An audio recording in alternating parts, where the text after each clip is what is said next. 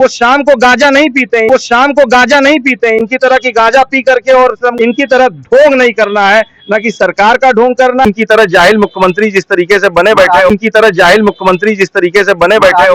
आज पूरे देश भर में ईद का त्योहार मनाया जा रहा है। ऐसे में आज हमारी मौजूदगी उत्तर प्रदेश की राजधानी लखनऊ के तकरोही क्षेत्र में, जहाँ की ईद के नमाज को लेकर के शांतिपूर्वक तरीके से नमाज पूरी तरीके से लगभग समापन की ओर है और लोग नमाज पढ़ के लोग मस्जिद से बाहर निकलते हुए देख रहे हैं। और जिस तरीके से योगी सरकार का आदेश था कि किसी भी प्रकार से कोई भी व्यक्ति मस्जिद के छतों के ऊपर नमाज नहीं पढ़ेगा और वहीं किसी भी प्रकार से कोई भी सड़क के ऊपर नमाज नहीं पढ़ेगा, उन सब को यहाँ फॉलो करते हुए लोग दिखाई देते हैं। और अगर हम बात करते हैं प्रशासन की, तो इंदिरा नगर की पुलिस ने किस तरीके से काम किया, किस तरीके से व्यवस्थाएं बनाई है, ये भी बड़ी बात आती है। क्योंकि इस ईद के त्योहार को देखते हुए काफी भीड़ हो जाती है। वहीं योगी सरकार का आदेश, नमाज भी सफलतापूर्वक से हो जानी चाहिए और साथ ही किसी प्रकार का जो सरकार का नियम है उस नियम का भी उल्लंघन नहीं होना चाहिए। और अगर हम बात कर लखनऊ की, तो लखनऊ में भी यही आदेश था, जो कि कहीं ना कहीं पूर्ण रूप से सफलतापूर्वक दिखाई पड़ता हुआ नजर आ रहा है। ऐसे में हमारे साथ समाजवादी पार्टी के नेता बिलाल खान जी हैं। क्या कुछ कहना चाहेंगे सर, जिस तरीके से नई सरकार की गाइडलाइन आई है कि किसी भी प्रकार से आप सड़क पर नमाज नहीं कर सकते हैं, छतों के ऊपर नमाज नहीं कर सकते हैं। सरकार के नए नए जो फरमान जारी होते हैं, सरकार को खुश करने के लिए जो अधिकारी होते हैं, वो सरकार को आए दिन खुश करने के लिए जो लगे रहते हैं, अपने प्रमोशन के लिए लगे रहते हैं,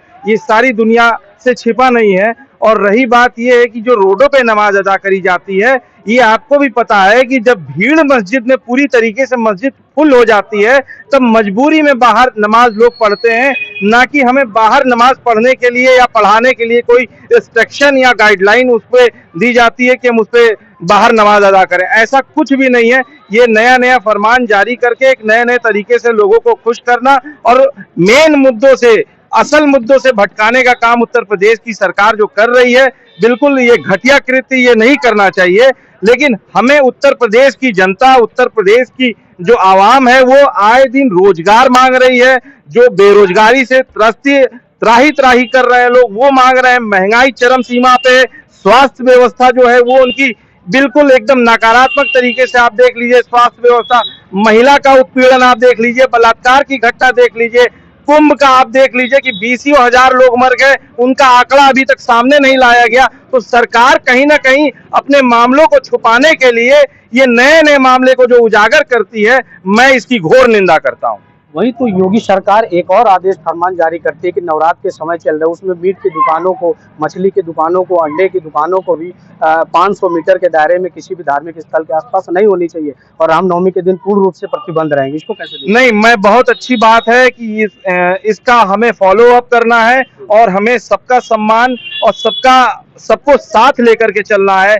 जो हमारे दादा और परदादा जो चले आए हैं कि आज जो हम लोग एकता का परिचय देते हैं, हमारा मुल्क हिंदुस्तान जो है मोहब्बत का पैगाम देता है, तो ये हम लोग परंपरा आज से नहीं, वो बहुत पुराने से लेकर के चले आ रहे हैं कि सब धर्म का सम्मान करना है, सब जाति का सम्मान करना है। ये नया नहीं हो रहा है, इससे पहले भी हुआ है। लेकिन इस सरकार ने सबको एक हाईलाइट करने के लिए एक नए नए मामले, नए नए दस्तावेज प्रस्तुत करती है लोगों के सामने कि लोग उसमें उलझे रहें और जनता जो है उस सरकार से सवाल ना असल मुद्दे पे कर सके।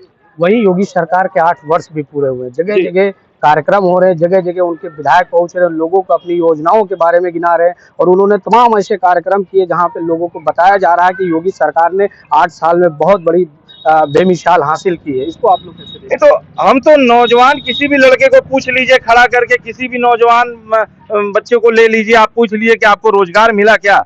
नहीं मिला। हमारी सरकार ने मेट्रो पे काम किया, हमारी सरकार ने डेवलपमेंट पे काम किया, हमारी सरकार ने रिवर फ्रंट पे काम किया, हमारी सरकार ने यूनिवर्सिटी पे काम किया, हमारी सरकार ने 14,82,000 लैपटॉप बांटे। ना तो किसी जाति धर्म को देख करके बांटे, हर बच्चों को मिला लैपटॉप। तो हम शिक्षा पे काम किए हैं, हम विकास पे काम किए हैं, हम रोजगार पे काम किए हैं। और समाजवादी पार्टी का मतलब है कि नया विकास, नया विजन, और उत्तर प्रदेश हमेशा खुशहाली के रास्ते पे जाए। हमारे अखिलेश जी का ये विजन है। अखिलेश जी ने रामनवमी चाहे नवरात्र को देख लीजिए, जी। दोनों ही मामले को लेकर के त्योहार करीब में है, दोनों ही त्योहार साथ में चल रहे हैं। मगर अखिलेश यादव का कहीं से भी कोई ट्वीट नहीं आया। वहीं कल जब चांद निकला जी। तो तुरंत अखिलेश यादव जी का ट्वीट आता है, ऐसा भारतीय जनता पार्टी के नेताओं का आरोप। देखिए, आरोप है, ये प्रत्यारोप है, जो भी है, लेकिन जो अखिलेश जी हैं हमारे हैं, वो बहुत पढ़े लिखे हैं। इनकी तरह जाहिल मुख्यमंत्री जिस तरीके से बने बैठे हुए हैं, तो आप मानते हैं ना कि अखिलेश जी को ट्वीट करना चाहिए था? अखिलेश जी सब तरीके से वो सक्षम है, ट्वीट मगर करते ट्वीट हैं। नहीं है। नहीं, बिल्कुल ट्वीट किए हैं, हर चीज को वो मुबारकबाद देते हैं सबको, लेकिन वो दिखावा नहीं करते, वो इनकी तरह ढोंग नहीं करते हैं। वो शाम को गांजा नहीं पीते हैं, इनकी तरह की गांजा पी करके और हमको क्या ट्वीट करना है, इनके अधिकारी क्या ट्वीट करेंगे, ये नहीं करना है। अखिलेश जी एक पढ़े लिखे एक मुख्यमंत्री रहे हमारे उत्तर प्रदेश के। उत्तर प्रदेश को किस तरीके से लेके चलना है, क्योंकि उत्तर प्रदेश में एक बार वो शासन चला चुके हैं और उनको अच्छा बुरा सब पता है। इनकी तरह ढोंग नहीं करना है, न कि सरकार का ढोंग करना है, नहीं तो नेता मंत्रियों का ढोंग करना है। और सरकार में इस तरीके से लोगों को उलझा करके रख दिया है कि अहम मुद्दे पर उनसे कोई सवाल न कर सके। कहीं ना कहीं अखिलेश यादव जी के ऊपर तो प्रश्न चिन्ह खड़ा होता है। बिल्कुल नहीं उठ सनातन सकता। धर्म की मान्यताओं को लेकर के उनको कम से कम एक ट्वीट करना चाहिए। अखिलेश जी भी हिंदू हैं और हर धर्म का सम्मान करते हैं। अखिलेश जी से पढ़े योगी जी नहीं है, क्योंकि अखिलेश जी से उनको सीखना चाहिए कि किस तरीके से उत्तर प्रदेश की शासन चलाई जाती है। ठीक है, योगी जी को अभी कुछ नहीं पता, भले 8 साल का कार्यकाल उन्होंने पूरा कर लिया, लेकिन 0 बटा सन्नाटा है उसके आगे।